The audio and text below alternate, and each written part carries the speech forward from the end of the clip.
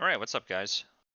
I mentioned in my last video, I think it was, that I was going to be talking with Steve from Don's group about some Finviz settings that he uses when he's looking for stocks that are trending from, the bottom left of the screen to the top right. In other words, something that's just in a clearly defined uptrend. You don't have to think too much about it. You can just kind of find a decent point to buy in, and then you have the overall weight of that ticker bringing you up along the ride. And I've recently pointed out that I've had some pretty good success trading tickers like that. If I can pull TradingView off my other screen here, I'll bring it over and show you. So MUSA is one that has done nothing but go up since I tagged out of it. I had a limit order set. Here's the one thing you got to remember with these is if you forget to take. Wait, did I really miss out on that much? Oh, this is the weekly. Let's get back to the daily. No, okay, so I bought the base out. I bought it as it was basing out here. Bought it at 343.32 and sold it up here for 356.26, and I would have ended up tagging out at 363. So I did miss out on a couple of dollars of extra profits on that. So kind of a bummer, but it was a great trade, right? And the reason that it ended up working out so well is just because, I mean, look at this ticker. It's just let's pull up a chart that actually works when you zoom out instead of it just like dying. This thing is just trending up. Now you get these moments of consolidation. I'm pretty sure that's 2022. No, October 2022 through uh, March of 2023 was a big pullback. That's interesting. And then we came down to this zone right here and bounced and have done nothing but rally since. So it's finding things like this that I was interested in doing. I've traded this one. I am long owl with a stop at break even, so that one should be a pretty easy ride. And that's going to be one I probably have to take my limit order off of because I forgot about the limit order on MUSA and ended up, missing out on profit. And then Onto is I just got back in this one today. I wrote it up, ended up tagging out of it here. I got the alert that it touched this zone, and I'm like, I'm good for one more bounce. Let's try it. So I'm in this position now. That was actually one that I put on today, so you can see. Come on, Weeble. There's my position. I'll widen this out so you can kind of see. Little type 1 retest, and looking for realistically, I mean, if it pushes back up there, that'd be sweet. But so there you go. Looking for those kinds of trades that are supposed, like the idea being they're just easier trend following trades, kind of set it and forget it. Or if you're into trading verticals or something like that, there's another way you could express that opinion on the market instead of having a predefined stop. It could be risk and capital with, if you're right, you win $100. If you're wrong, you lose $100. And figure out how to modify that to your advantage as well. With the benefit of it doesn't have to move real far. Then, right? That's another way of expressing a bullish or bearish opinion on the market. So. We're going to take a look at Finviz. Steve was helpful enough to show me some Finviz settings, and we're also going to go back to TradingView after this and look over some things that I did not know existed in TradingView. So I thought about recording the conversation with him, but I don't know. It's fun sometimes just to talk to somebody and not have to have it a nice recorded kind of a thing. So he said the first thing he normally does is sets the index on S&P, or sorry, on Finviz. He sets it to the S&P 500 because he wants to trade the stuff that's, the big companies, the large cap kind of stuff, and that's just a great way to narrow that down. And then in technicals, I feel like I should have been able to figure this out myself, but I sometimes miss the obvious. A 200-day simple moving average is going to give you something that is basically trending up for the last year. So you're looking for price above the 200 SMA. And then something that's trending up in the shorter term, you're looking for something that is above the 50 SMA. And he said he normally tries to narrow this down to roughly 20 to 40 tickers that he can then look through and pull them up on TradingView and do his actual charting analysis. And another way that he'll sometimes narrow it down is by using the 20 SMA. So you're looking for price to be above the 20. That barely did anything on that. And then he said another feature that he'll sometimes do, and this one made a pretty big difference, right? If all we do is the SMAs, we have 124 possible tickers that we could look through. And I mean, as you can see, right, a lot of these are in pretty solid uptrends. There's nothing wrong with any of these. These are all very tradable. And if you also notice, these are a lot of the big names that Don is routinely calling out. So it's like something like UNH. I would not look at that as a clear buy down there. I was actually leaning short on UNH, never pulled the trigger, and ended up, missing out on a potential loss. Verizon's doing really well. I'm in that in my investment account. Walmart, I missed the buy on that. JPM, is JPM gearing up for a move? That'd be nice, right? So you can narrow it down this way. And then he pointed out this thing called beta. I've heard of beta weighted deltas. I've never heard of beta when it comes to stocks, and this is really interesting. It's a measure of a stock's price volatility in comparison to the overall market. In other words, 0 means there's no correlation. 1 or higher is saying that this stock is actually going to be more volatile than the underlying market. So if you wanted to get super aggressive and you wanted to trade the stuff that's more likely to move, you could narrow it down to, 1 to 2 beta and play with the numbers on there, which once again, these are a lot of the same things that we are used to trading. And that's going to be a pretty good way of narrowing this down and saying, okay, what's moving, what's not. Like I noticed this one right here, and this is going on my watch list now. SNPS, that is a weekly zone that we're grabbing based on these wicks right here. The daily zone looks a little bit more like this. I think we could actually narrow it down a little bit more. I dislike this right here, how it's popped up above that. The 4-hour, we don't have any price history at this point.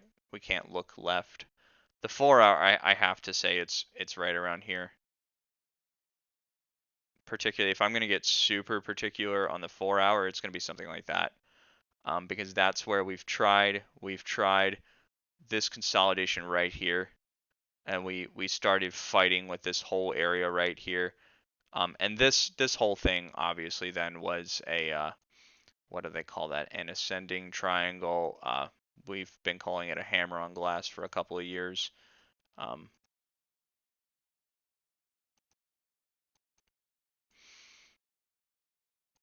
which I dislike this right here, but if you squint hard enough, right, that's a pretty clear, like, this is the area where it was rejecting, make our higher lows. Then we broke out. So a break and a retest on this structure would be fantastic.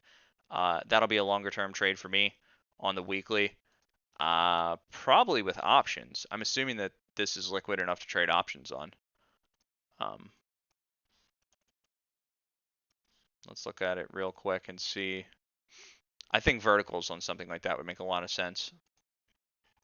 So if we go 30 days out, open interest is, it's not terrible. It's not the best I've ever seen. Volume's pretty low. Oh, it's only, $10 strikes. Never mind. That's not going to work. Not for my account size anyways. So, all right. So not trading options on that. I guess we'll be trading shares when it comes down to there and looking for a dip buy. It'll probably be right before earnings, which is going to be super annoying. So this will either be like one where I grab a very small position with the expectation that earnings could kill me, or it could send it to the moon, or I just sit it out entirely and it'll be the dip buy on the weekly, and then earnings will be the catalyst that creates the higher low and it continues up. Maybe a weekly chart it wouldn't matter as much, but I mean earnings can get pretty crazy. So. But yeah, you can see those Finviz settings accomplish quite a bit as far as like you can then look through it and say, okay, this one is trending up, right? So we can look for obvious dip buys on that, like CDNS. Oh, I drew that.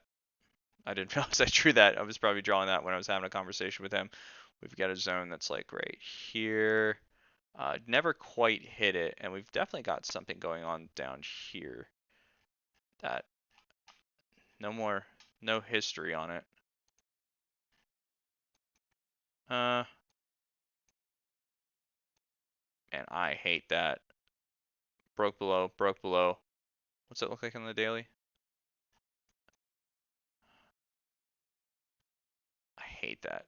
I'm going to fudge it just a little bit so that the daily makes more sense because that's a time frame I primarily look at. But you could see rally base rally comes back down here, shows support here, but then we break through and the real buyers show up. That's the part that gets me is this down here is stupid because you would have tagged out only to have it rally super hard from there. That's another one though that I'm going to be it's going on the watch list. But so there you have it, right? You can use these SMA settings to give you ones that are going from the bottom left to the top right. He also pointed out you can go to the overview tab here and then filter by market cap, so you can look at the stuff that's the most heavily traded. And I've thought about playing with this already. We're like, we're going to allow any index, right? So now we have 400 different potential charts. If you filter by market cap, it's still going to ultimately show you the the S&P 500, the largest ones. But there you go. You can look through a couple pages of stuff that's just trending in one direction and look for the dip buys. So, and that also makes me think, I haven't had time to play with this, but I wonder if you could like reverse it and do like price below the SMAs and look for things that are trending down, and that would be clear short opportunities. I think that'd be a pretty neat thing to look at. The final thing I want to show that Steve showed me was, did I say indexes? Nope.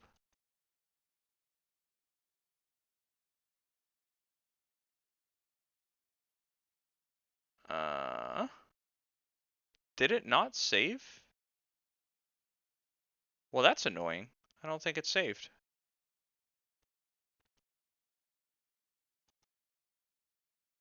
Wow, it didn't save at all. Market overview. There we go. It did save. So you have these tickers that I did not know existed. So S5TH is S&P 500 stocks above the 200-day moving average. The number on this side of the screen is a percent. It's not a price. You can't trade this. And what this is showing you is the percentage of stocks in the S&P 500 that are above their 200-day SMA. So you could see that, back in July, everything was trending up super hard.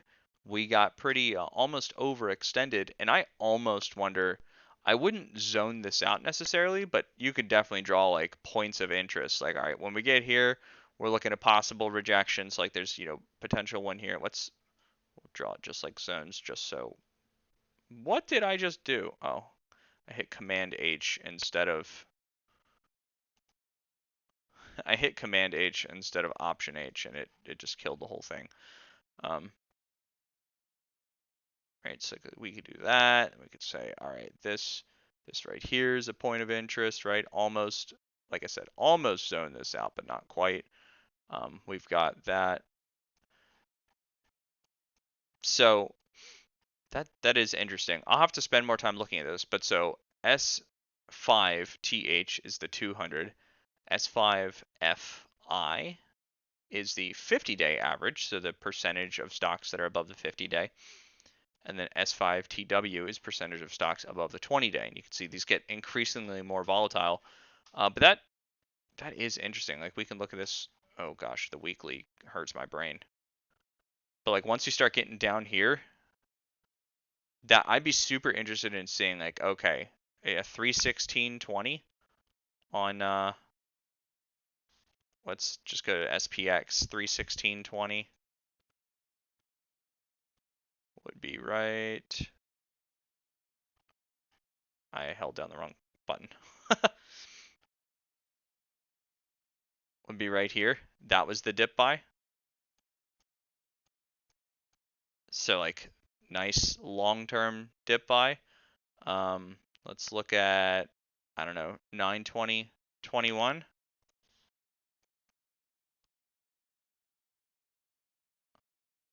Uh, 920.21 was right here. That ended up being, it came down a little bit more, but that ended up being the dip buy before the uptrend continued.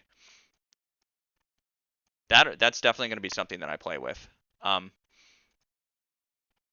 very interested in experimenting more with these. And then he showed me TNX is a treasury. We didn't actually talk about this, and I was just copying his thing. Then he had the futures on there. So very cool stuff. I think that's about everything I wanted to share, just showing all the neat stuff that Steve showed me. There's going to be a lot for me to play with and sort of figure out what I appreciate looking at, what helps me to understand what the overall market's doing. Because even something like this, where it's like, hey, the whole thing's pretty overextended right now. Like, you start getting up into these levels, and we're looking at a potential reversal. Once again, not that you can trade these, but um, I mean, it almost looks accurate enough that it's semi-actionable information. It could influence your overall way of thinking. So when you got to July 17th, 2023, which is probably right around here. Yeah, there you go.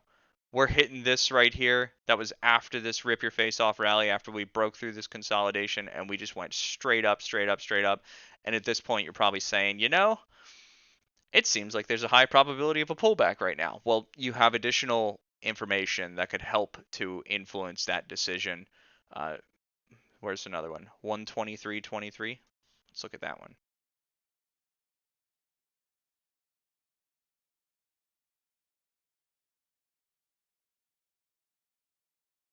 123.23. That was interestingly, that one was right here. We continued up before we hit the zone.